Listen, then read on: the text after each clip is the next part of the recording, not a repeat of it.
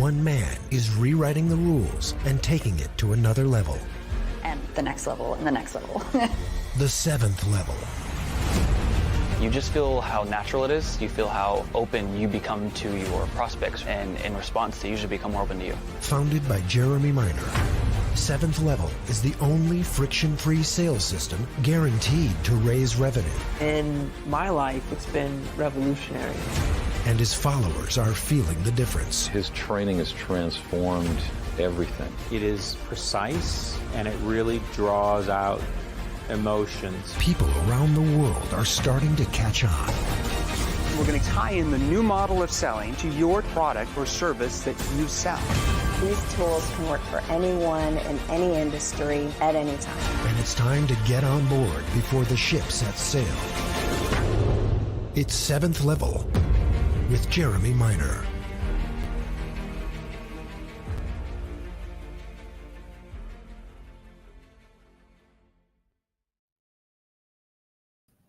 Okay, we are live. All right. So every single Wednesday, typically if I'm around in the office, unless we're traveling, we interview a client from a completely different industry. And what we do is we actually let you ask questions. Okay. So today we're going to interview a client and we're going to go over his sales process. He's one of our Advanced Inner Circle members. Now, our Advanced Inner Circle program is more industry specific, and that's where we train you how to tie any PQ in to your industry, your product, your service. We already have, a couple of thousand scripts back there, industry specific scripts that we go through to actually do that. We train advanced tonality, advanced body language, everything in that. So when I bring this client out, I want you to ask him questions that might be on your mind. And what I'll do is I will pick the best 6, 7, 8 questions, and we will actually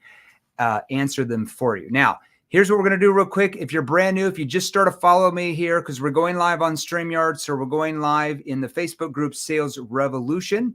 Almost 100,000 of you in there. The thing's growing fast. We're going live in the Facebook business page. 156,000. I just checked on that yesterday.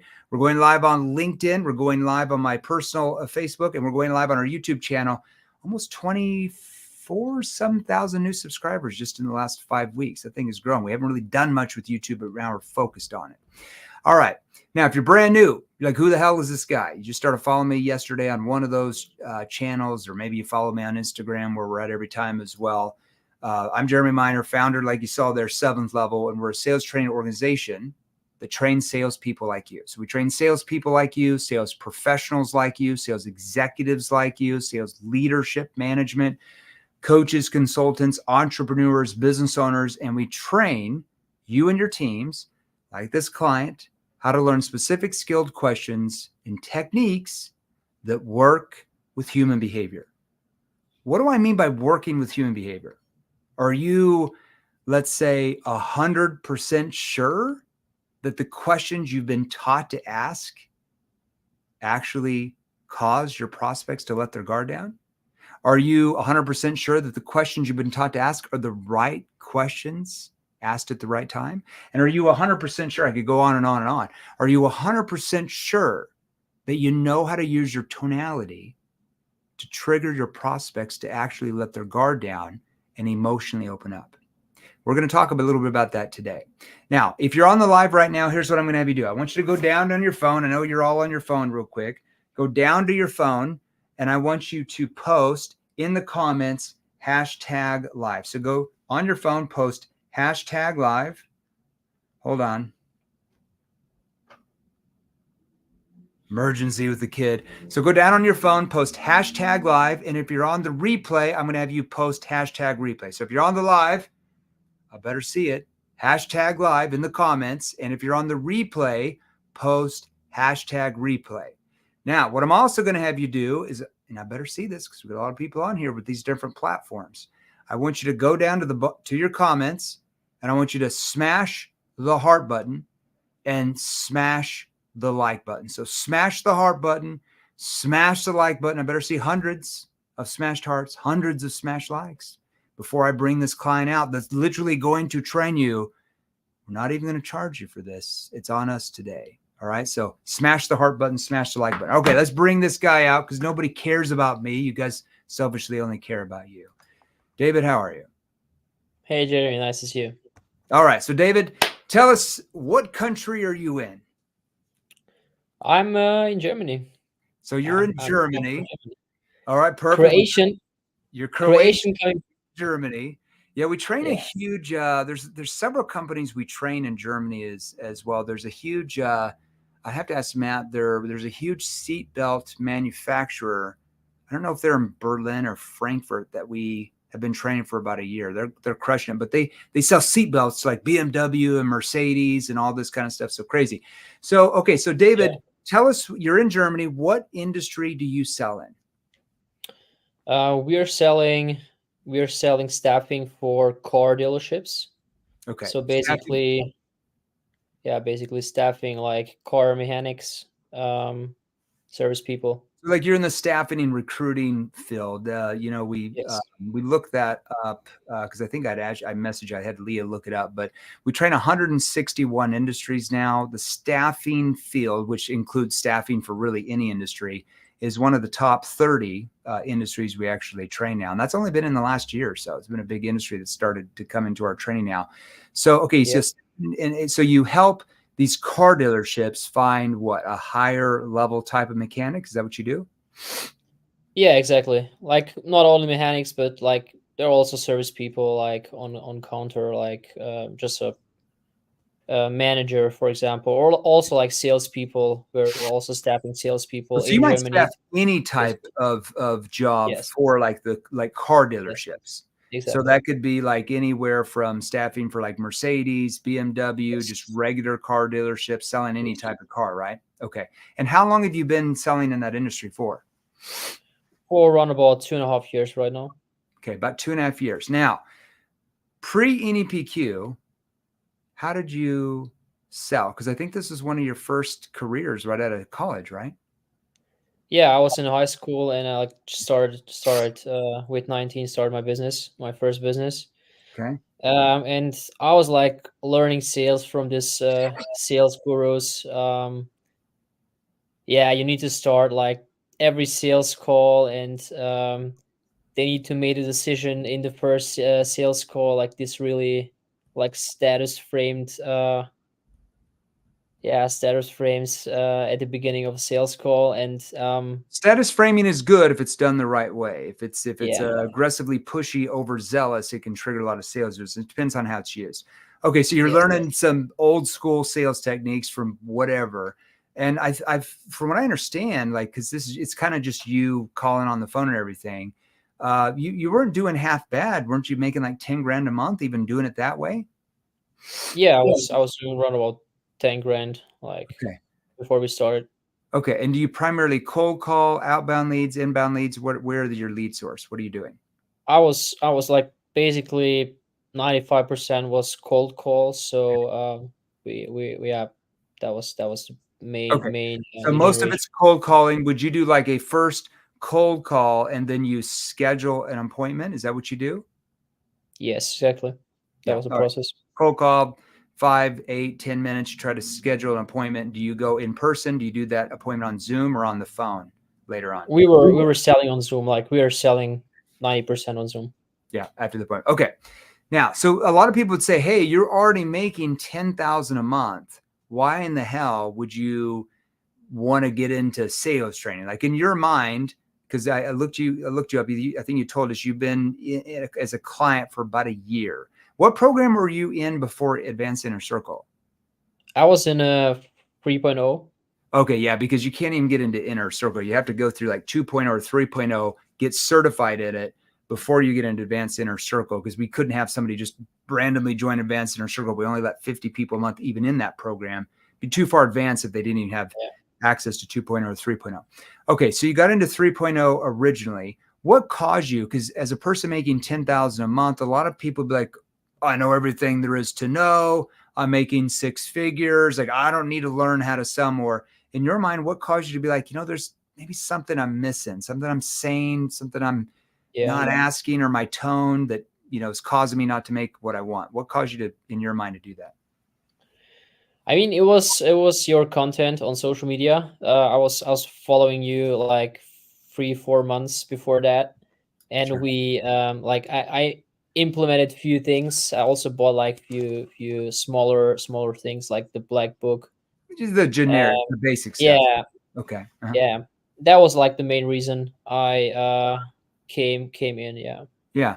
All right. So I'm going to go through this because I'm going to have him open up about some different questions that we've taught him how to ask that are more industry specific, from connection to situation, problem awareness, all this stuff, how to build a gap. And I want you guys to start posting questions that you have for him. Maybe like, hey, how did you, what's the biggest thing that you've learned that's taking you to the next level? Because from what I understand, David, you went from making around 10 grand a month. And now, am I right to say that you're averaging a little bit more than 50,000 a month now? Yeah, this month will be like around about 50K. Okay, that's not bad. That's so about a 5x return so far. Now, walk me through that timeline, because you've been here about a year. It takes a while to learn those skills. The first 90 days, where did you go from? You started at 10. Where did you go from? We did go from 10 to around about 20K in the first 90 Okay, days. that's not bad. That's not bad. So you doubled sales, doubled income. How long did it take you to get up to 30 or 40 per month in commissions? That was in June, July. Like in July was the first bigger month, like with 30K. After I started Inner Circle, to be honest. Yeah, because it's more industry specific, of course. So, okay, so let's give them some golden nuggets here, because I promised I made you swear you'd give them some golden nuggets that's going to help them sell more in their industry.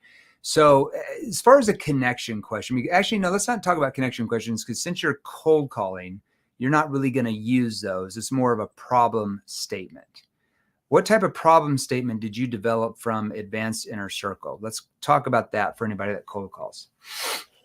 Yeah, I think I should translate that in English. Can you translate it from German to English? Yeah, I don't have it in my mind. I'm like still selling in German. I need like 30 seconds. Okay, well while you're doing that, I'm gonna answer a couple questions here. Think about your problem statement that you would have learned and how you trigger curiosity now compared to how you used to cold call. Okay, that's a big thing that we train, obviously, for people who cold call as well. Okay, David, do you assist your clients with direct hiring or contingent labor? From Leonora on LinkedIn. It's direct hiring. Direct hiring. All right. Jason Rivers on YouTube. What is the biggest takeaway you learned from changing your process? That's a good question. What's the biggest takeaway you've learned from changing your sales process from how you used to sell to NEPQ? That's a good question. I would say it's basically like the tonality, like how I ask the questions, like in which tone I ask the questions. You mainly sell in German though, don't you? Yeah.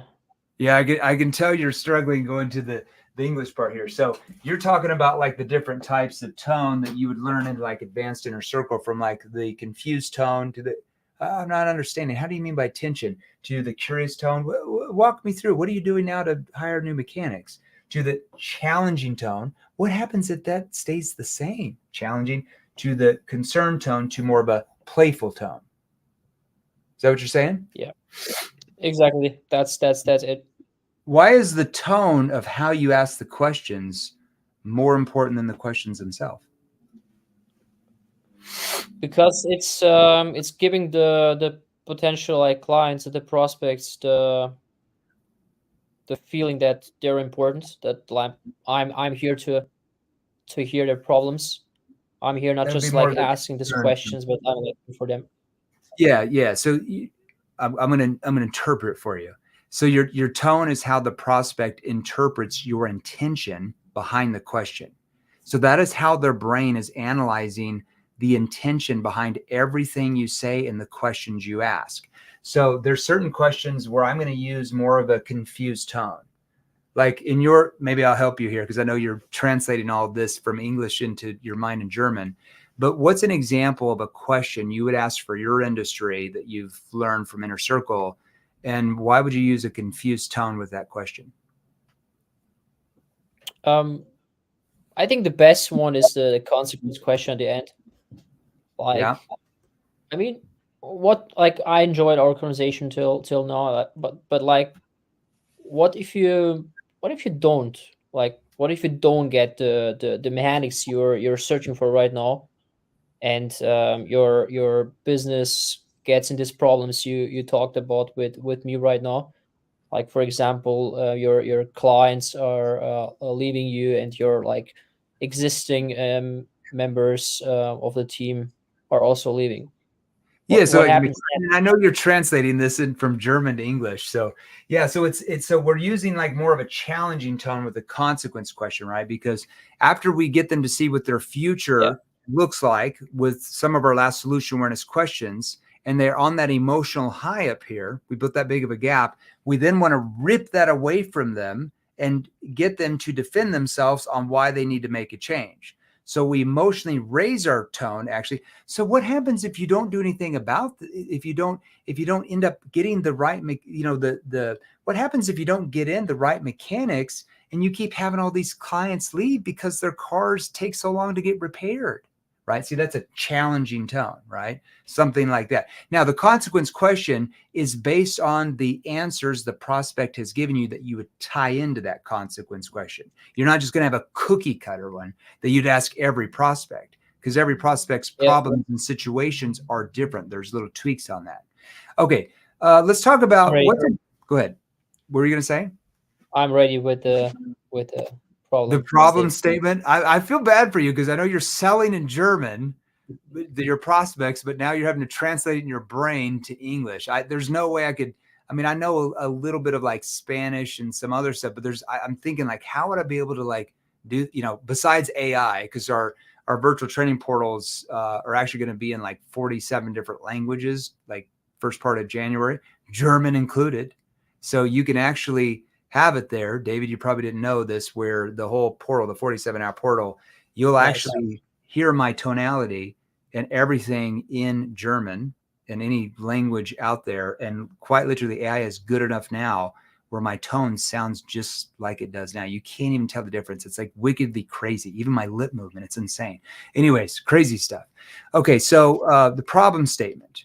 The biggest thing in a problem statement, how did you used to open up your cold calls before NPQ? Let's start there.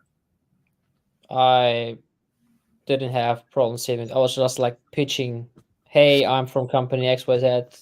I'm doing this and that. Yeah. Hi, this is David Stonkin. I'm with XYZ company. The reason why I called you was something like that. Yes. The same standard thing that every industry trains you. So automatically, how did your prospects react? 99%. No, we're not interested. You're the 10th that's calling today. Like, we're good. No, we already have somebody for that. We already have all right. So why is that? Why would a prospect say that? That is a triggered reaction based on you, the salesperson's tonality and what you're saying, because it sounds like everybody else that's cold calling from really industry, right? My name is, I'm with, the reason why I called.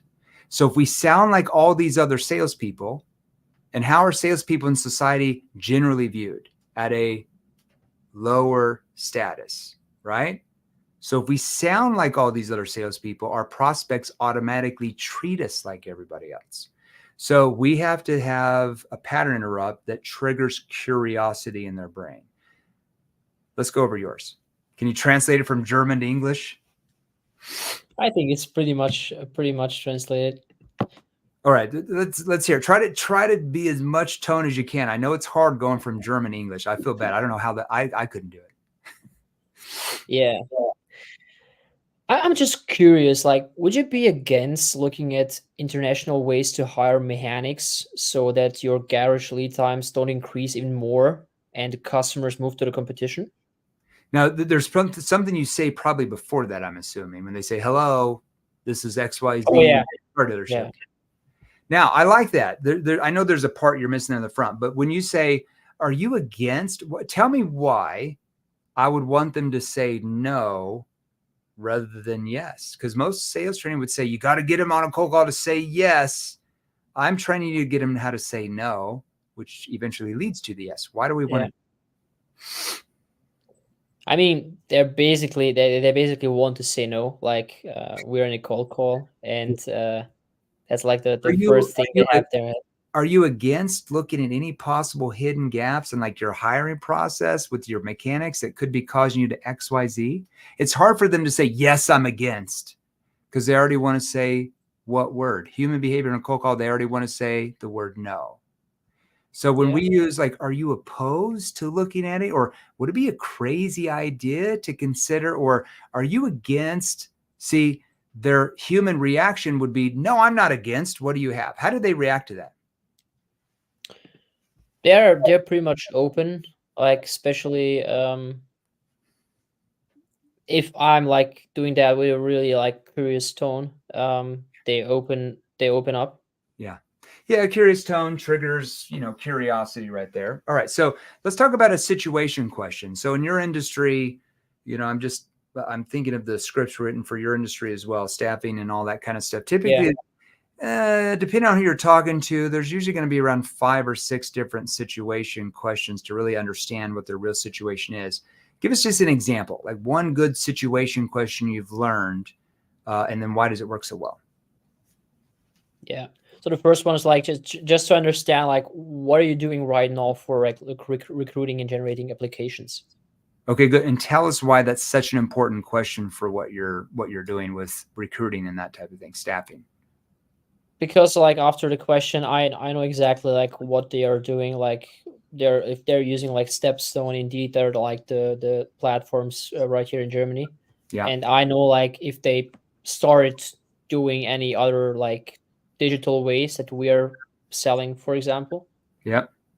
Perfect. So that gives you an idea. Now there's other situation questions you have to ask after that. Give us another one. Like you're asking that, they say, oh, we put ads on Indeed, because Indeed would be a site that you typically use even here in America for that with some of the American companies. What would you ask after that? How long have you been doing that for? Okay. And they're like, oh, I've been doing it a couple years. And you ask? What got you involved with Indeed? Like what did you why Indeed? Why not? So what would cause you to want to ask that question? Because that's giving me like the main reason why they decided to go with Indeed. Okay, perfect, good. All right, so let's talk about problem. I'm trying to look. I'm looking at one of these scripts wrote for this huge staffing company here. So the first situation question.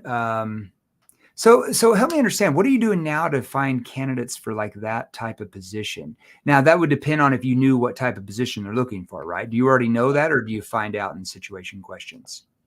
I find that out in the situation questions after like the first three or four, yeah, because typically I said there's about 5, 6, sometimes even 7 in your space. Okay, perfect. And then are you finding out like so a lot of questions like, okay, so just to understand, would this be your most like priority role that you're looking to hire? Like sometimes depending on what you're trying to do, that's a really good question, because you find out like what are they typically looking to hire when you call them? Could it be anything?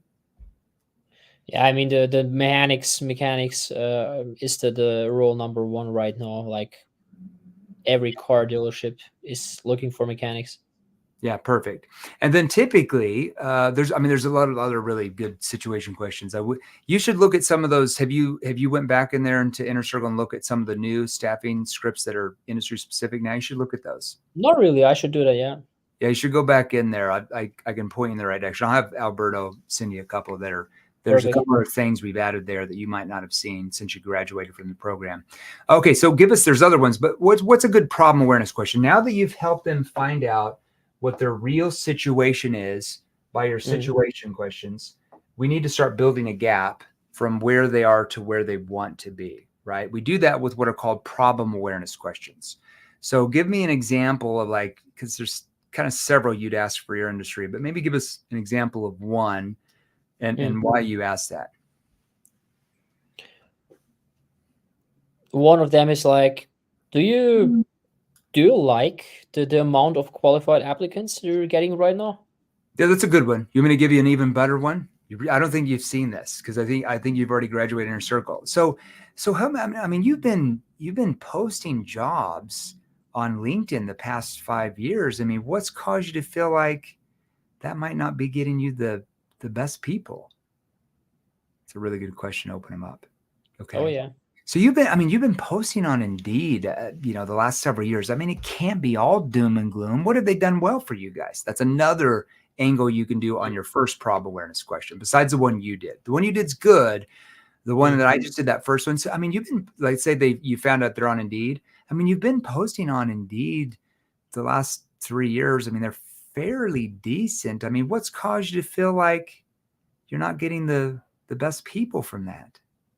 See, if they would have brought up some concerns before, or I might even angle the, like, tell me some situation questions you might have asked where they voice like, oh, we don't like this. Because a lot of times they'll just tell you a few things they don't like even early on.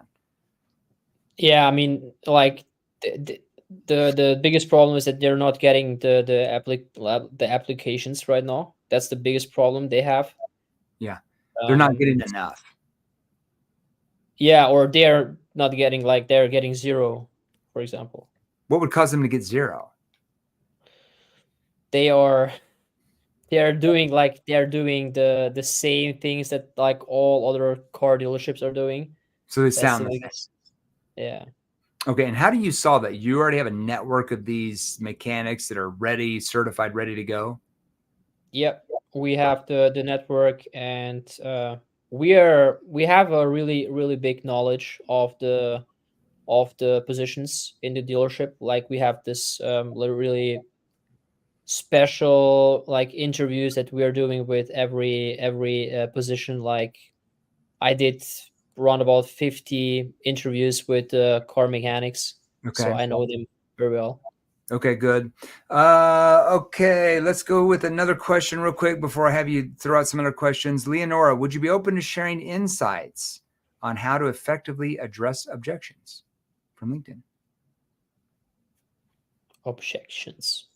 Would you be open to sharing insights on how to effectively address objections? Well, Leonora, in our virtual training programs, we actually teach you how to prevent most of the objections you're getting.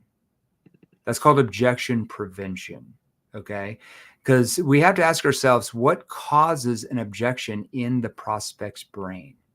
Did they just wake up that morning and say, oh, when that, like in your case, David, oh, when that staffing, when that recruiter calls me, when he talks too fast because he doesn't verbal pace it out and it sounds he has the same monotone tone, that's good. I'm going to trigger fight or flight. And I'm going to say, not interested. Did he plan that?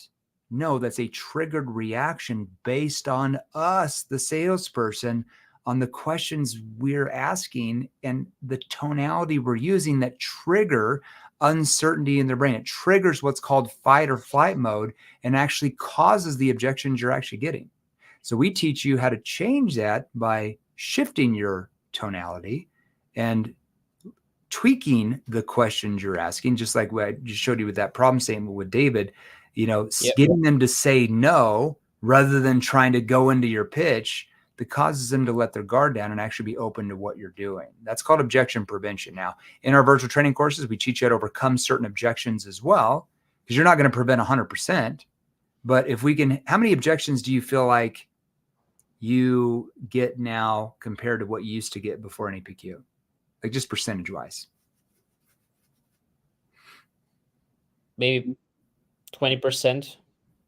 20%, like 20% less, or you only get 20% compared to what you used to get? I'm only getting 20% from like the objections I used to get.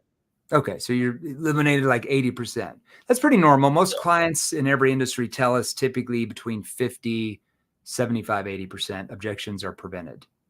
It's just a lot easier to sell. You don't have all the stress anymore.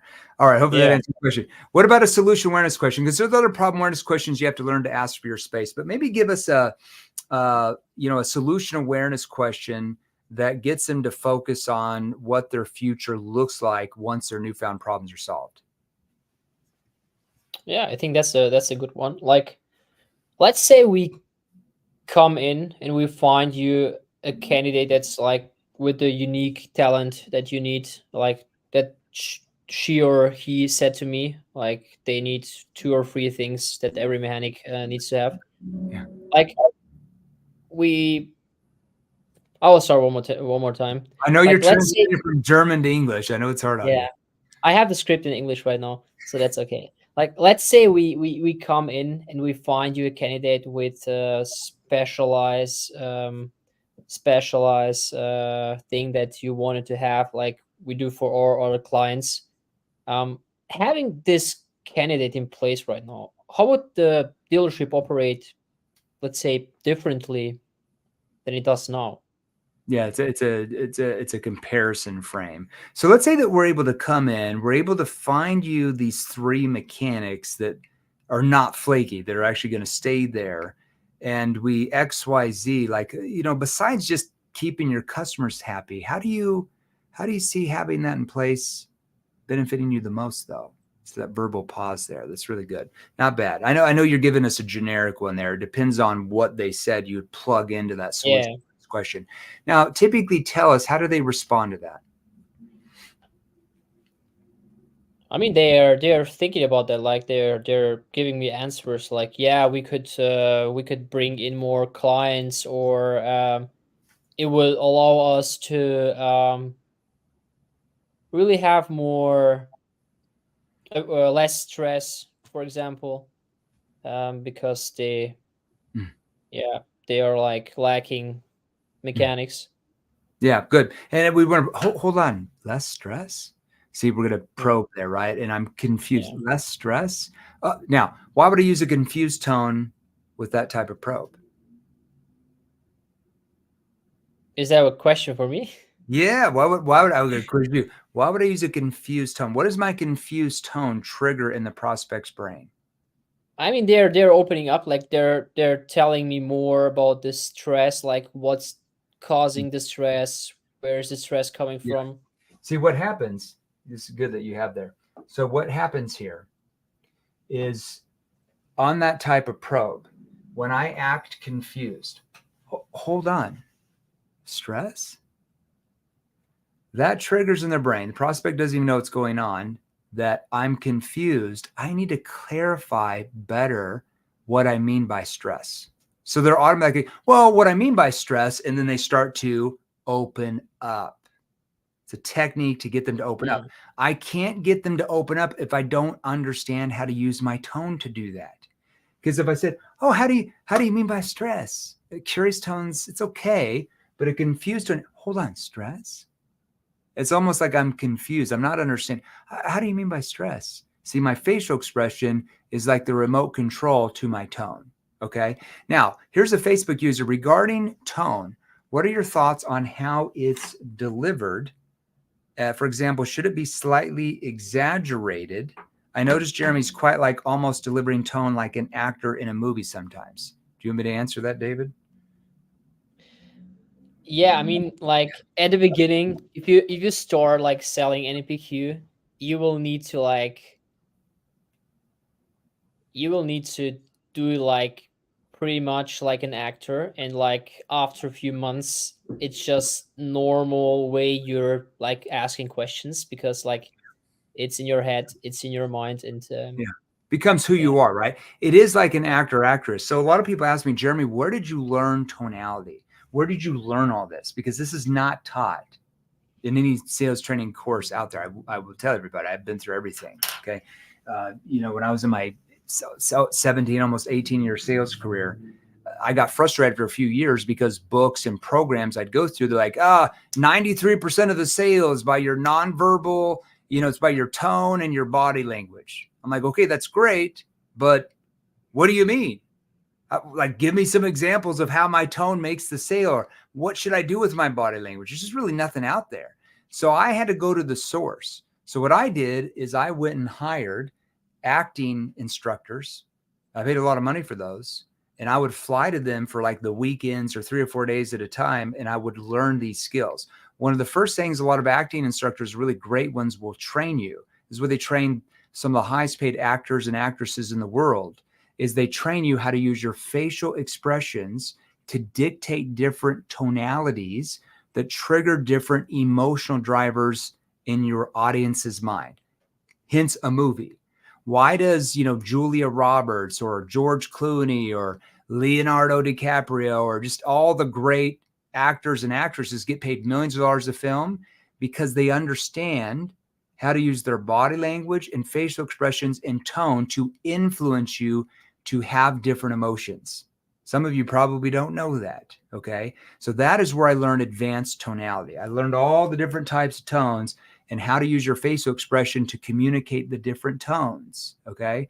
It's a game changer. Look, if you want to go from where you are now, like David was already doing good, making $10,000 a month, and he now averages over $50,000 a month. And David, would you say you've mastered all this yet? Not even like 50%. Yeah, I'd say you're about 30, 35%.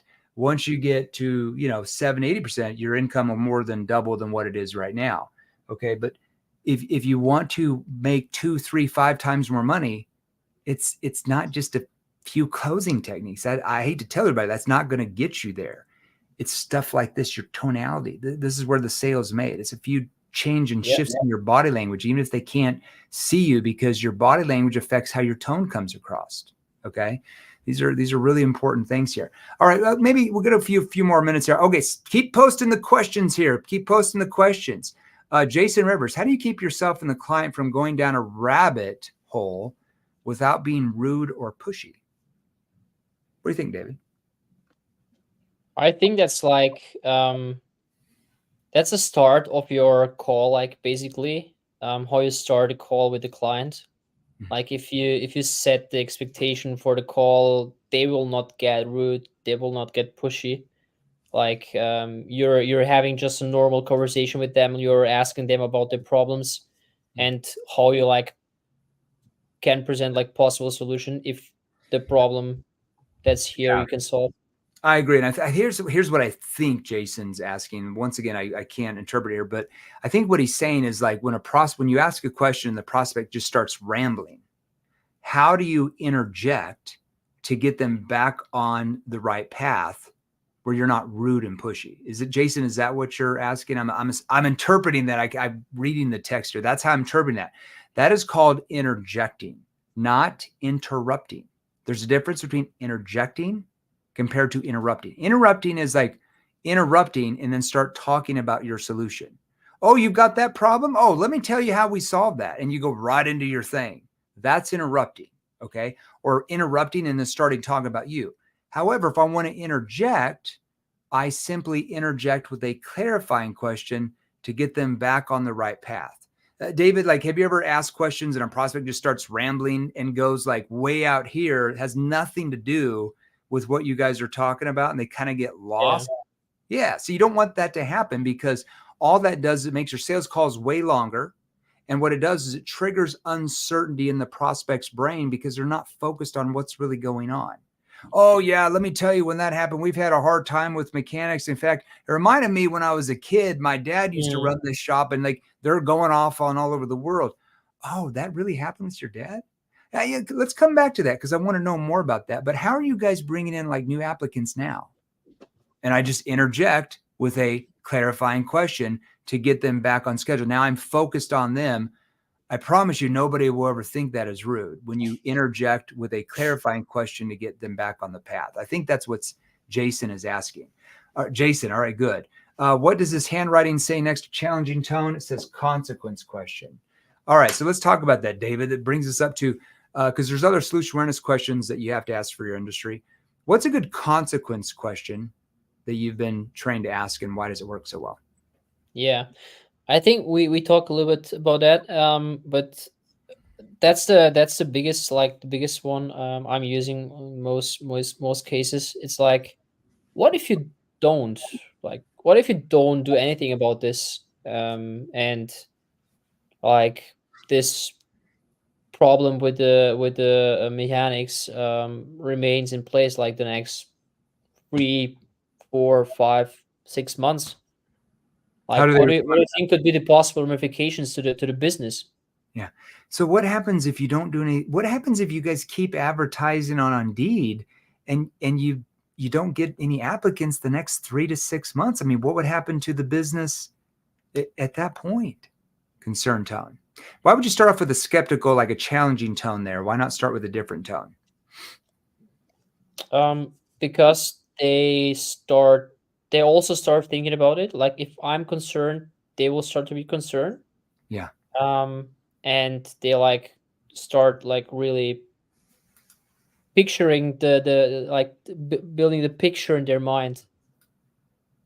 Yep. Oh, Yep. Good. question. Let's see. I've got a one here on this document here. I want to see this.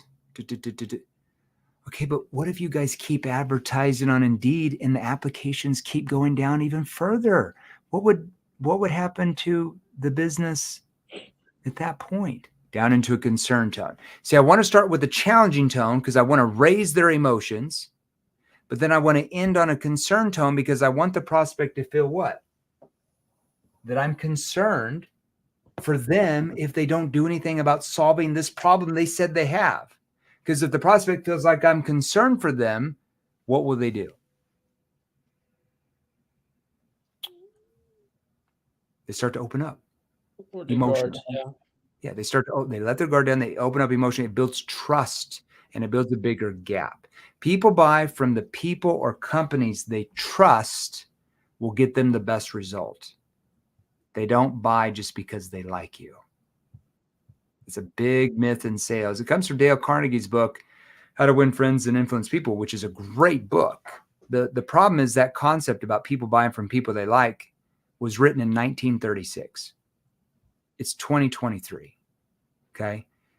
You love grandma, but you're not necessarily buying from grandma. If David comes along and you feel like David can get you 3 times the result than grandma, even though you don't really even know David, you're going to buy from David over grandma who you love, but you trust David is going to get you a better result. You love your neighbor who, has this local hardware store, but you're still buying your hardware supplies from Amazon because you feel like Amazon gets you a better result. You don't love Jeffrey Bezos. Maybe you do, but you buy from Amazon because you feel like you give them a better result, right? I could go on and on and on. Now, if they like you, that's just a bonus. But people buy from people or companies they feel can get them the best, they trust can get them the best result, and they will pay more over just somebody they like. Think about your friends. You love Bill, but man, you would never start a business with Bill, right? You love hanging out, going to the game, but man, you'd never go into business with that guy. You don't trust he can get you that result. Still like him though. But you might go into business with somebody else that you don't even really know that much, but you're like, they're an amazing business person. We're going to launch this new product. We're going to make all this money. You don't necessarily hang out with them, but you trust that they can get you a better result. There you go. Okay, so true. Since I am new to, I tend to vomit information on the prospect to the point they know everything and I lose them from making a step closer. Victor, don't do that. All right, David, we're not going to go into your presentation or anything like that. I've got a hard stop here in a second. Now, let's give everybody here, maybe give them some advice. Like, what would you tell maybe a brand new salesperson that's just getting into sales, or maybe even a vet or somebody that was making 6 figures like you? What advice would you give them on how they can get better? It's basically always the same. Like, just don't stop implementing new things. Like, don't stop learning from Jeremy. Well, yeah, my biggest takeaway from this year is basically just reading books, looking into the course. Every month I go through the Facebook group where we have the recordings. I pick few videos and go over them from every stage of the from connection stage, situation, problem awareness. That's the thing I would suggest every salesperson to do. Just don't stop learning. Well, is training something you did, or is training something you do? It's the thing I do like every day. Yeah, because it's training. Like if you want to be great at what you do, training is something you do every day. Look at the top athletes in the world: basketball players, football players, soccer players, softball, baseball players. I could go on and on and on. Hockey players, everything. Is training something they did, or is training something they do? It's training something they do every day. Look at the top coaches. Look at the top business owners. Is training something they did a long time ago and now they don't have to do anymore? No, training something they do every day. Look at the top doctors. Is training something they did or something they do? It's something they do. That's why they're the best. Look at salespeople. Average salespeople, training is something they did. Top 1% earning salespeople in every industry, it's something that they do daily. That's why they're the best. Average salespeople, that's something they did, or they buy a book. You know, are you going to triple your sales or income from a book? How could you? You can learn advanced tonality from a book? How could you? You can learn advanced questioning from a book? How could you? You can learn advanced body language from a book? How could you? Right? You know, you're gonna triple your income from a $17 book. I tell everybody that's going to be pretty hard, right? All right, so a couple more questions, then we'll let everybody off here. Has anyone used or bought the Black Book yet? Only about 40-some thousand people have bought the Black Book, Facebook user. I think that's one of the current numbers. I could be off by a couple hundred or a couple thousand. So yes, people use the Black Book. But is the Black Book something that's going to quadruple your sales? Well, how could it? Because you're learning some generic questions in there. None of it's industry specific because we train 161 industries. If I put all this, every single question from all 161 industries in a book, that book would be like 27,000 pages.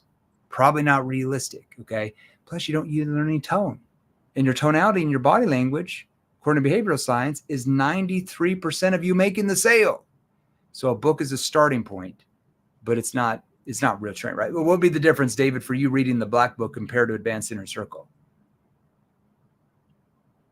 I mean, like in the book, I just had like the questions, but I didn't knew like how to implement them, like with which tonality.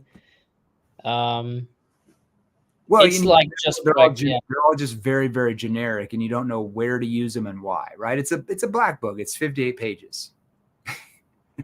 Yeah, I had one more thing that I wanted to say. Like, it's important to train every day, but like, don't feel bad if you don't train every day. Like, if you have like a few days off, like, don't feel bad for that.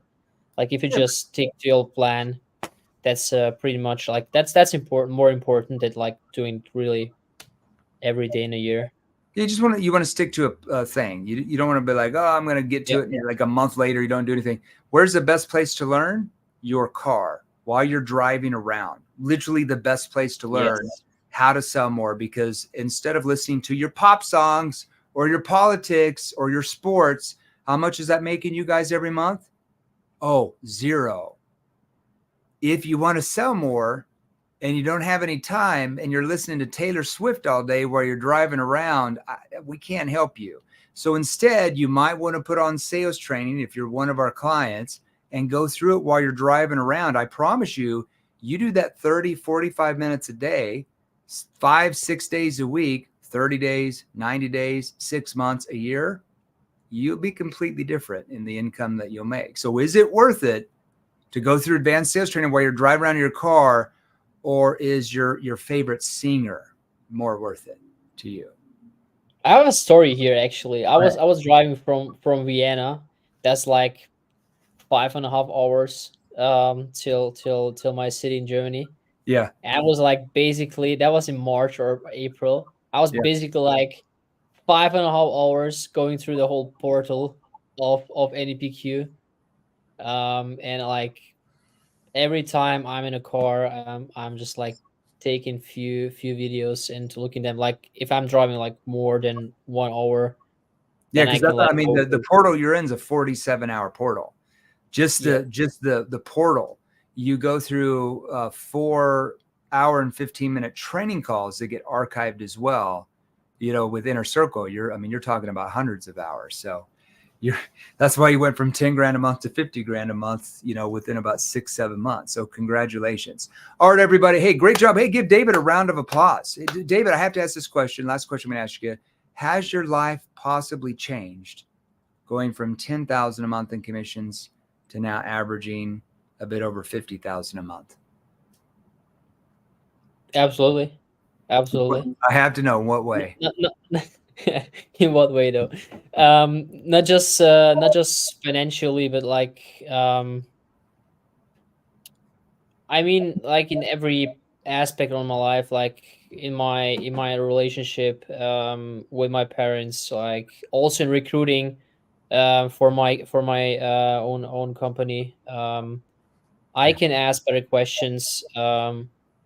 I get better answers, and the people around me are just like feeling my energy when I'm asking the questions. So yeah, You're starting to learn how to influence, right? To build people yes. around you. And congratulations, you're a year into it. I can assure you, you spend another year into it, you'll be making a lot more than you are now. Yes. Good. Congratulations. All right, everybody. Thanks for being on today. Now, we will go live a few times next week with Thanksgiving.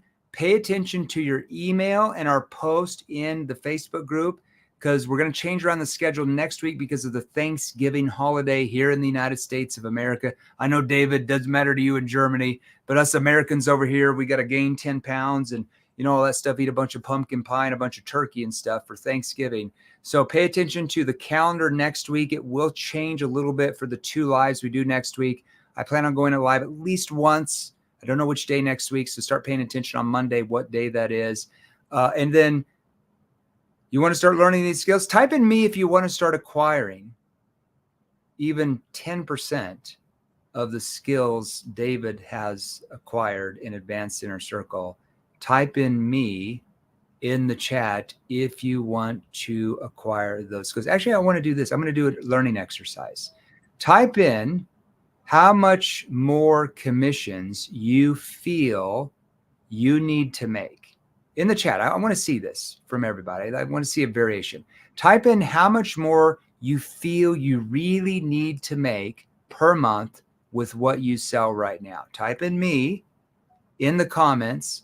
Okay, so Marty said he wants to make 25,000 more a month. Well done. I like that.